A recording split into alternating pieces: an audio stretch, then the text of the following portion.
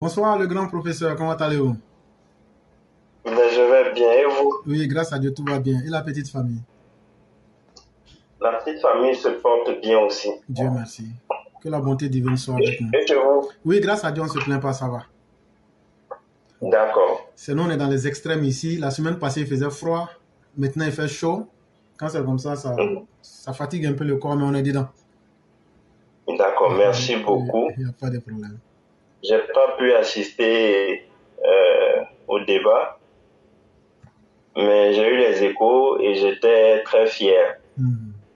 Et hier, à l'entame du direct sur EPV, Mhm. j'ai écrit quelque chose rapidement que je vais lire avec votre permission. Il n'y a pas de problème. Mhm. J'ai dit éclairer, nous avons été éclairés. Arrivé à un moment où nous avons tous besoin.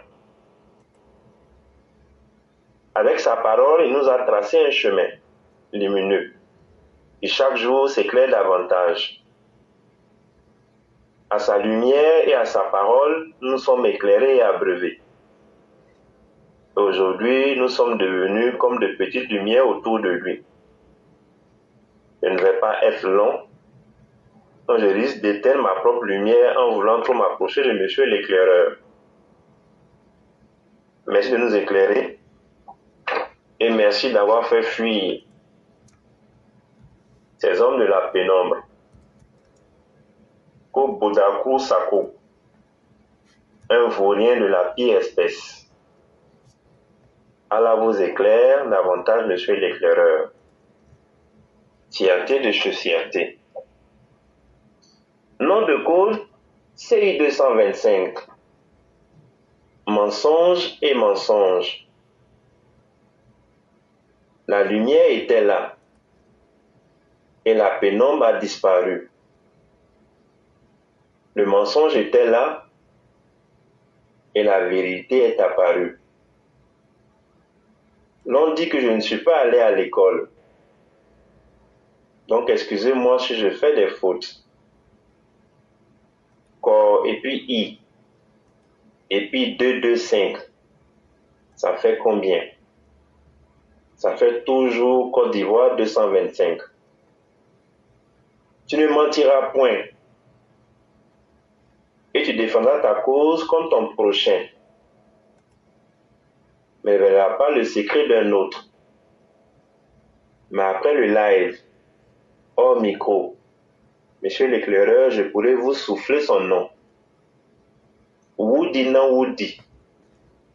Atia Zante Tisiaro. Cette fois, ça ne sera pas un hasard. Rien n'est tout à fait anodin, ni complètement banal sur le livre de Bourgie et l'interview de M. Laurent Gbagbo. La rencontre de ces deux hommes dans le restaurant La Pérouse va nous démontrer une énième fois que derrière les apparences de ce pseudo-panafricain vit un homme qui ne s'assume pas. L'interview de ce parvenu de phoque avec M. Laurent Gbagbo a fait montre de son mensonge, habillé d'une fausse vérité. Un enfant dans la peau d'un adulte mentirait, cela passerait blanc crème. Mais un adulte dans la peau d'un adulte qui ment, je vous laisse. Ces deux événements pourraient avoir l'air d'une coïncidence, mais elles viennent nous annoncer la mort de la France-Afrique. L'interview donnée par M. Laurent Gbagbo nous a démontré que cet homme est à la recherche de sa propre vérité, perdue depuis son accession à la magistrature suprême. M. Laurent Gbagbo nous a raconté sa vie, pleine de misère, de piment et de poussière. L'homme Gbagbo laisse ses apparences s'évanouir pour nous révéler ses desseins les plus troubles. Son but est de plonger les Ivoiriens qui ont déjà été meurtris vers un autre chaos par son irresponsabilité. De façon filigrane, il nous envoie un message. Cette fois-ci, les Ivoiriens épris de paix l'ont capté et l'observent depuis un futur lointain. Chers Ivoiriennes et Ivoiriens, chers Africaines et Africains, il est écrit, tu ne mentiras point et tu défendras ta cause contre ton prochain. Tu ne verras pas le secret d'un autre. Mais encore, après le live, je pourrai souffler son nom. Cette fois-ci, mes très chers présidents, vous qui avez reçu l'argent du contribuable ivoirien, ce n'est pas par hasard que vous avez été cités. Cette fois-ci, c'est voulu. Et c'est rabaissant pour vous. Pitié pour ces présidents ou ce président qui ont reçu l'argent et la sueur des Ivoiriens. Vous confessez en même temps est la meilleure porte de sortie qui s'offre à vous. Avant que M. Laurent Gbagbo ne vous expose à la face de vos nations respectives. Deux hommes, deux destins liés, deux fiefés menteurs. Le premier, Robert Bourgi, a eu toute sa vie misérable, a eu toute sa misérable vie illuminée, rythmée par cette grande échelle d'escroquerie, appelée la France-Afrique, ou du moins le franc CFA des Africains transportés dans les mallettes, sans taxe de douane. Gbagbo a développé une fraude fiscale qui dépasse le régime réel normal en Côte d'Ivoire. Bourgi, vous avez dû vous enrichir, mais aujourd'hui, vous sortez un livre. Est-ce purement à des fins mercantiles, parce que rattrapé par la réalité de cette vie chère? Dites-nous, M. Bourgi, de façon officieuse, vous voulez relancer cette France-Afrique qui a fait le beau jour des présidents français? Veuillez répondre à la dernière question, si une occasion de prise de parole s'offrait à vous. La France-Afrique est morte. Elle est morte de sa belle mort. Son Alassane Dramane Ouattara l'a enterrée en diversifiant nos partenaires américains, russes, chinois, anglais, arabes, coréens, israéliens. J'allais oublier nos vieux partenaires les Français. Ah, Bourgi, votre vie est enténébrée. Your life is too darkened. And Laurent Gbagbo's life is also darkened. Notre Woody, notre Chris de Mama, a craché au bassinet. Pour mieux comprendre le crachet au bassinet, situons les choses dans leur contexte. Laurent Gbagbo, à cette époque, voulait s'attirer les bonnes grâces de la France. Oui, cher Gore, ouvrez bien vos oreilles. Laurent Gbagbo, à cette époque, voulait s'attirer les bonnes grâces de la France. Alors, écoutons attentivement M. Robert Bourgi. Mais avant, laissez-moi définir le mot s'attirer les bonnes grâces pour nos amis les Gore et les Papassiens. S'attirer les bonnes grâces, c'est obtenir de quelqu'un son amitié par des efforts. Laurent voulait attirer les faveurs du président Chirac. Et Bourgi servait d'interface. Ah, le varan. Tout dans la poche des présidents africains. Bourgi est un être humain privilégié. Alors écoutons-le, cher Gore et Papassien. Ouvrez les guillemets et vos oreilles. Bourgi va parler. Tu sais, Laurent, je vais être franc avec toi. Il va falloir que tu puisses contribuer.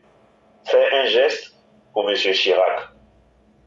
Enfin, ça profite et visant absolument ses commissions, Bourgi a organisé une rencontre autour d'un déjeuner au restaurant La Pérouse, où Laurent était dans un salon en compagnie de Desvillepin et Bourgi lui-même. Maintenant, marquons une pause et posons-nous les bonnes questions. Cher Gore et cher Papassien, Laurent Gbagbo était-il à l'Élysée en visite officielle? Cher Gore et Papassien, venez répondre à cette question. Laurent Gbagbo a-t-il été forcé de cracher au bassinet devant le déjeuner copieux? Qui mieux que Laurent Gbagbo, cher Gore et Papassien, peut nous départager sur la question? Alors écoutons la réponse de votre mentor. S'il vous plaît, ouvrez les guillemets, nous allons citer M. Laurent Gbagbo. Je suis un socialiste. Je suis un ami de Noël Jospin. Mais j'aiderai Chirac pour sa campagne à hauteur de 3 millions de dollars. Voilà l'évidence et voilà la vérité. Laurent Gbagbo l'a fait de son plein gré et en toute connaissance de cause et sans pression. 3 millions de dollars équivalent à 2 milliards de francs CFA. Pendant que Gueyo, Dabouyo, Kokolopozo, Kosonji, Moponji manquent de structures sanitaires, manquent de routes, Laurent Gbagbo a offert 2 milliards de francs CFA à Chirac au profit de toutes les souffrances des Ivoiriens. Chers Gore et Papassien, l'évidence est là, et voilà la vérité. Laurent Gbagbo l'a fait de son plein gré, en toute connaissance de cause, et sans pression. Merci, M. Laurent Gbagbo, de jouer avec l'argent du contribuable ivoirien, que nos régies financières peinaient à l'époque à recouvrer. Rappelons-nous de l'épisode du Namakosis. Laurent Gbagbo, à son retour de France, a commencé à dénoncer ces accords Namakosi. Alors pourquoi, cher Gore, pourquoi le pseudo-panafricain Laurent Gbagbo n'a pas dénoncé avec la fougue qui feignait d'avoir cette forme d'escroquerie mise en place par la France-Afrique? M. Laurent Gbagbo, après votre interview, la Côte d'Ivoire a retenu une seule chose. Vous avez été une erreur à la tête de notre pays. Mais une erreur que nous tous qualifions aujourd'hui comme une erreur positive. Désormais, nos regards ont bien changé sur cette fonction de la magistrature suprême. Les Ivoiriens ont compris qu'entre l'utile et l'inutile, il y a un grand rapport et leur choix a été fait. Qui peut et l'a fait? C'est son Excellence Alassane Dramane Ouattara. Qui a promis de nous protéger et l'a fait? C'est encore Alassane Dramane Ouattara. Qui a promis de bâtir et l'a fait? C'est encore Alassane Dramane Ouattara. Qui a promis de faire la justice et ne l'a pas fait? C'est encore Alassane Dramane Ouattara. C'est d'ailleurs pour cette symphonie inachevée venant de votre part que nous n'accepterons plus, au grand jamais, à la tête de cette nation bénie, un homme incompétent comme vous, M. Laurent Gbagbo. Laurent Gbagbo, avec vos sorties, vos critiques, depuis toutes ces années, on finit par réveiller en chacun des Ivoiriens et Ivoiriennes une reconnaissance de cette paix que nous vivons et sentons tous les jours. Notre réflexion profonde, sans faux fuyant sur ce régime, nous a amenés à apprécier les efforts qui sont faits, mais également à être très critiques sur les choses qui ne vont pas dans le sens de cette nation que nous voulons, de tous nos voeux. Par exemple, nos critiques sur la faiblade, l'enragé, la salle et la conne, une sorte de fessie, a amené le gouvernement à nous écouter et à la dissoudre. Alors, merci à son Excellence Alassane Dramane Ouattara qui a écouté ses concitoyens. Cette réflexion nous a amené à regarder nos acquis, notre paix, notre sécurité, nos richesses, nos infrastructures de plus près à la loupe et à les aimer, puisqu'elles émanent de nos efforts et de nos impôts, qui ne voyagent pas dans les valises, mais font du surplace pour construire notre nation. Nous sommes devenus regardants sur les qualités, les compétences, l'honnêteté des hommes qui aspireront à nous gouverner. Et malheureusement, vous, M. Laurent Gbagbo, n'avez pas les capacités. Oh, que nous avons cru en vous, après vous faites boigner. Mais regardez, 1000 fois hélas, et hélas encore, nos espoirs sont devenus une grosse désillusion sous votre mandature. C'est pour cette raison que je veux réitérer mon propos, qui est le suivant. À tous ceux ou celles qui pensent que le nom de M. Laurent Gbagbo sur la liste électorale, laissez-moi vous dire que vous avez tout faux. Le rejet de sa candidature de M. Laurent Gbagbo sera considéré comme le point zéro de cette justice que les Ivoiriens attendent. sur Laurent Gbagbo, vous êtes fait avoir par la bête. Vous savez comment elle se définit? Elle s'appelle le mensonge. Un mensonge de trop. Depuis l'interview qui est venu ruiner le peu de sympathie que certains gars avaient encore pour votre personne. Où irez-vous quand votre propre mensonge vous aura avalé? Chers gars et papaciens, approchez et écoutez. Vos critiques, vos injures ont fini par pousser cette jeunesse qui n'a pas vécu les crises de 2000 et de 2011 à défendre son excellence Alassane Dramane Ouattara. Jeune Atier, jeune Abé, jeune Dida, jeune Adjoukrou, jeune Aladjan, jeune Aboré, jeune Baoulé. Une chose inimaginable, il y a des années en arrière. Le jeune Alassane Dramane Ouattara, la nation a tenu ses promesses, a mis cette jeunesse dans une nouvelle dimension. À tous les gars qui menacent, écoutez cela. Nous avons appris avec Alassane Dramane Ouattara à être patient, afin de comprendre non seulement votre misère profonde, et voir votre haine et le pire qui est en vous, et anticiper sur vos actions. C'est pourquoi le RHDP va remporter dès le premier tour la présidentielle d'octobre 2025 avec son excellence Alassane Dramane Ouattara. Alassane Dramane Ouattara nous a appris et démontré que le meilleur qui est ailleurs peut exister et bien exister dans notre pays, la Côte d'Ivoire. Une chose que Laurent Gbagbo ne vous a jamais fait voir, malgré sa partie utile.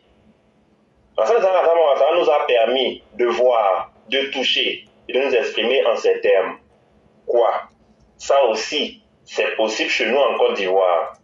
Depuis la fermeture des rideaux de notre subsistance calme, Yves Gbagbo, Laurent Gbagbo, Afi N'Guessan, Madou Koulibaly, pour ne citer que ceux-là. Les autres sont des vauriens.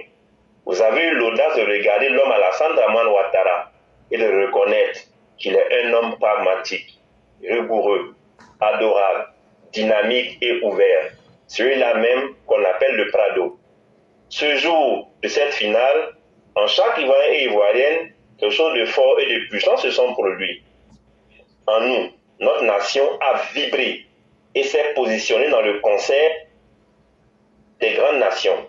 Et de cette lutte, nous ne voulons plus descendre. Vous voulez savoir ce que c'est? Taguez-moi les gars devenus faibles. Taguez-moi le PDCI de Thiam.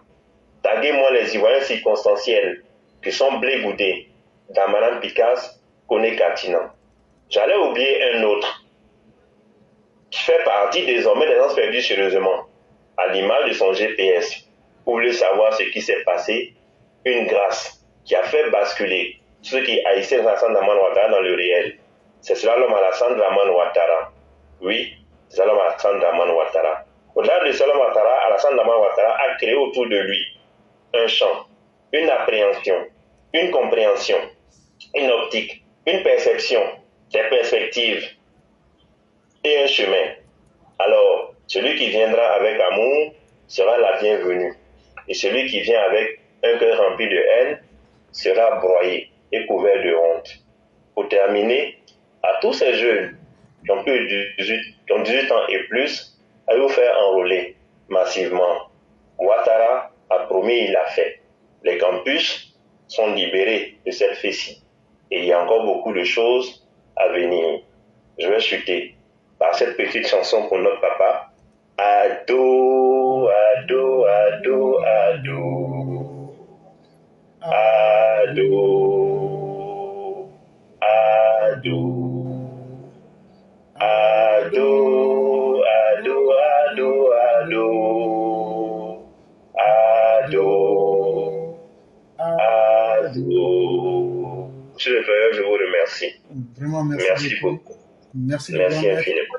Merci pour ce cours magistral et merci pour vraiment tout ce que vous nous offrez. Quand je vous ai vu surfer de la religion pour rentrer dans la politique, pour ressortir dans l'histoire, ça montre vraiment aussi toute la grande culture intellectuelle. Et ça fait partie aussi de nos émissions. Et quand on voit ça, ça ne peut que nous faire plaisir. Et je vous ai vu partie de la sourate de Soleil, sourate Al-Shams, et qui est une très belle sourate. Et à elle seule déjà, elle décrit toute la beauté de ce que vous aviez dit. Et pour ceux qui sont musulmans, puisqu'on ne lit jamais une sourate sans commencer par le terme Bismillahir-Rahmanir-Rahim, au nom de Dieu le clément, le miséricordieux, wa ashamsi wa duhaha, wa al-kamari iza talaha, wa an-nahari iza jalaha, wa alayli iza yagshaha, wa as-samai wa ma ibanaha, wa al-ardi wa ma tahaha, wa nafsin wa ma samwaha, fa alhamaha fujuruha wa taqwaha, kad aflaman zakaha. Mais le terme qui m'importait ici, c'était le terme, c'est le 8e verset qui m'intéressait beaucoup. Et alors à celui à qui a été inspiré son immoralité ainsi que sa piété. Et c'est ce mot piété-là qui m'intéressait, le terme al-taqwa. Voyez-vous, cette sourate est très importante parce qu'elle résume tout quand tu prends le 9e verset qui dit « A réussi certes une âme qui se purifie. » Mais vous les gars là, c'est quand vous allez vous purifier? C'est quel jour vous allez changer votre âme pour devenir des gens normaux sur la terre? Alors que chaque jour le soleil sort. Ce n'est pas moi qui le dis. C'est celui qui a créé l'univers qui dit qu'il n'y a pas quelqu'un comme moi qui peut créer quelque chose qui peut avoir une clarté aussi parfaite. Et c'est pourquoi il dit, je jure par le soleil et sa clarté. Et si tu ne le sais pas, si toi tu n'as pas pu voir le soleil que les grandes personnes, que les prophètes, que les gens dignes, que les gens qui ont semé le chemin de la vérité ont enseigné, si tu n'as pas pu copier avec les grands, faut copier tout au moins avec ceux qui ont copié avec les grands.